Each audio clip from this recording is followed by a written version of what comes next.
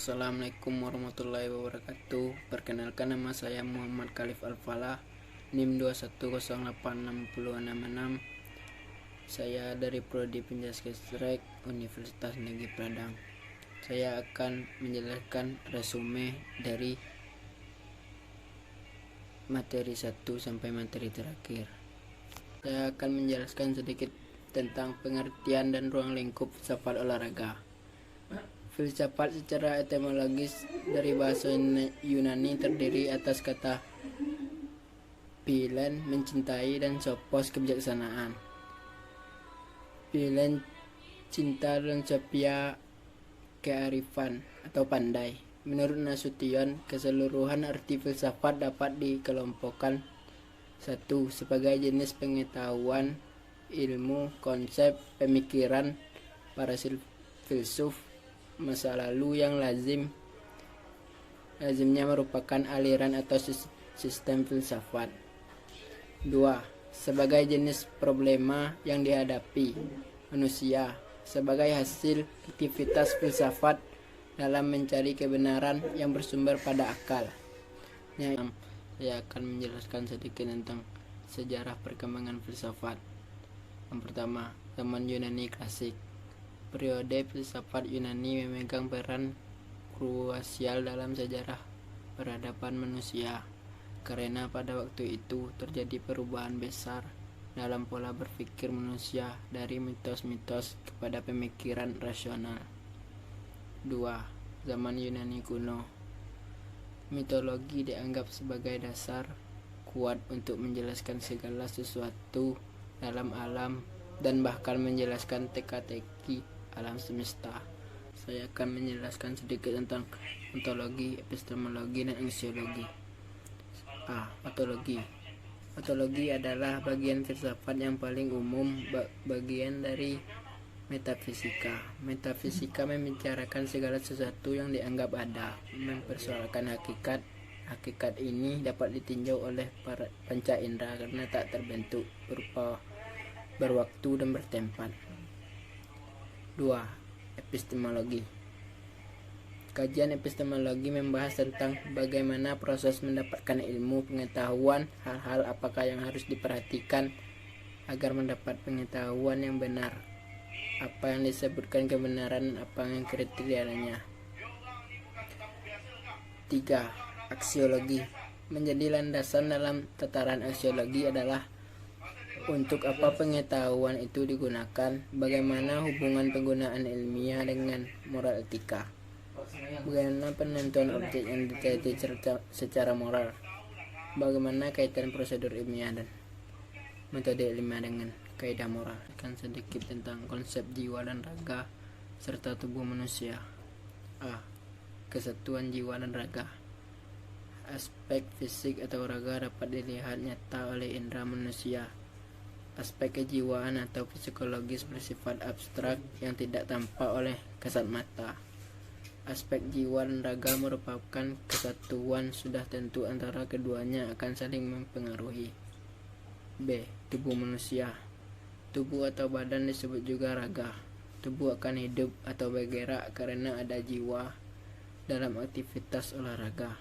Tubuh menjadi peran utama sebagai gerakan. Tentang filsafat pendidikan.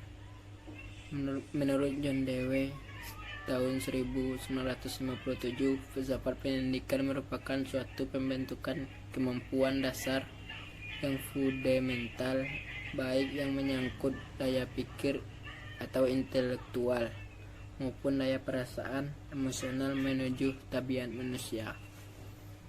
Keberadaan filsafat dalam ilmu pendidikan menurut Arifin bukan merupakan insidental, artinya filsafat itu merupakan teori umum dari pendidikan, landasan dari semua pemikiran mengenai pendidikan. B. Ruang lingkup. 1. Merumuskan secara tegas sifat hakikat dalam pendidikan. 2. Merupakan sifat hakikat manusia sebagai subjek dan objek pendidikan. 3. Merumuskan secara tegas hubungan antara filsafat pendidikan dan teori pendidikan. 4. Merumuskan hubungan antara filsafat negara, filsafat pendidikan, dan politik pendidikan. 5. Sistem norma atau isi moral pendidikan karena tujuan dari pendidikan. Play and game. A. Play. Play artinya bermain, merupakan suatu atau perbuatan kegiatan sukarela yang dilakukan dalam batas-batas ruang dan waktu tertentu yang sudah diterapkan. Bermain adalah segala aktivitas untuk memperoleh rasa senang tanpa memikirkan hasil akhir yang dilakukan secara spontan tanpa paksaan orang lain. Karakteristik bermain atau play. 1. Bebas sukarela dan tanpa paksaan dalam berpartisipasi. 2. Aktivitas bermain terpisah dari pembatasan ruang dan waktu. 3. Hasil dari aktivitas bermain adalah sesuatu yang tidak diketahui atau direncanakan. 4. Aktivitas murni bermain tidak produktif, tidak menghasilkan nilai permainan permanen. 5. Peraturan bergantung pada kondisi. 6. Kualitas bagian dari kehidupan nyata. B. Games. Game diartikan sebagai permainan. Game bertujuan untuk menghibur, biasanya disukai anak-anak dan orang dewasa. Penting untuk perkembangan otak, meningkatkan konsentrasi dan melatih memecahkan masalah. Game juga merugikan jika kecanduan game akan lupa waktu dan mengganggu aktivitas yang kita lakukan. Saya akan menjelaskan sedikit tentang relevasi play, games, and sport. A. Sport. Olahraga merupakan aktivitas yang melibatkan otot-otot besar dalam tubuh. Menggunakan 40% dari otot-otot besar tersebut dalam melakukan suatu permainan. Olahraga untuk mempertahankan kebugaran, mereduksi stres, mengingatkan metabolisme, dan mempertahankan tubuh dari penyakit. B. Relevasi play, game, and sport. Menurut Edward tahun 1973, pengertian olahraga bergerak dari pengertian yang luas meliputi play, game, and sport. Games merupakan bagian dari play. Semua gamer merupakan bentuk dari play games. Memiliki semua karakteristik play, akan tetap semua diatur dalam pengaturan yang sengaja dibuat dan harus ditaati bersama. Dualisme olahraga. A. Dualisme adalah dua kondisi yang berbeda hidup berdampingan dalam masyarakat. Suatu bersifat superior, lainnya inferior.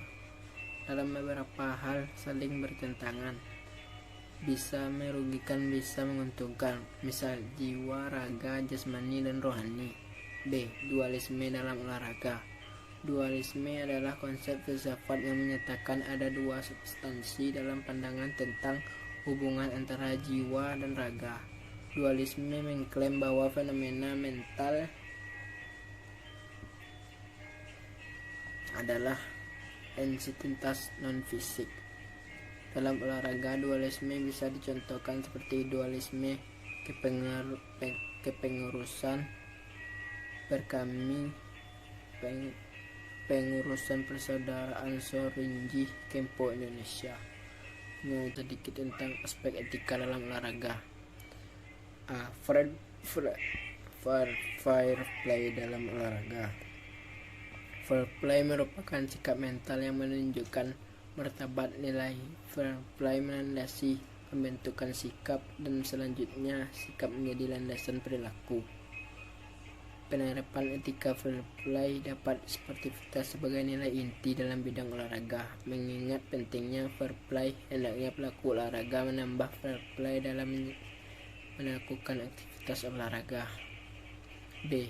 Doping ditinjau dari aspek etika. Doping adalah penggunaan obat secara ilegal untuk meningkatkan prestasi atlet. Doping tidak saja menghilangkan kepercayaan antara atlet dan sesama, tetapi juga menghancurkan kepercayaan masyarakat kepada olahraga. Kabar yang tidak tersiar luas mengungkapkan kasus kematian atlet balap sepeda karena menggunakan doping. Baiklah, hanya itu yang dapat saya sampaikan. Kalau ada salah dan jangkalnya, saya mohon maaf. Saya akhiri dengan Assalamualaikum warahmatullahi wabarakatuh.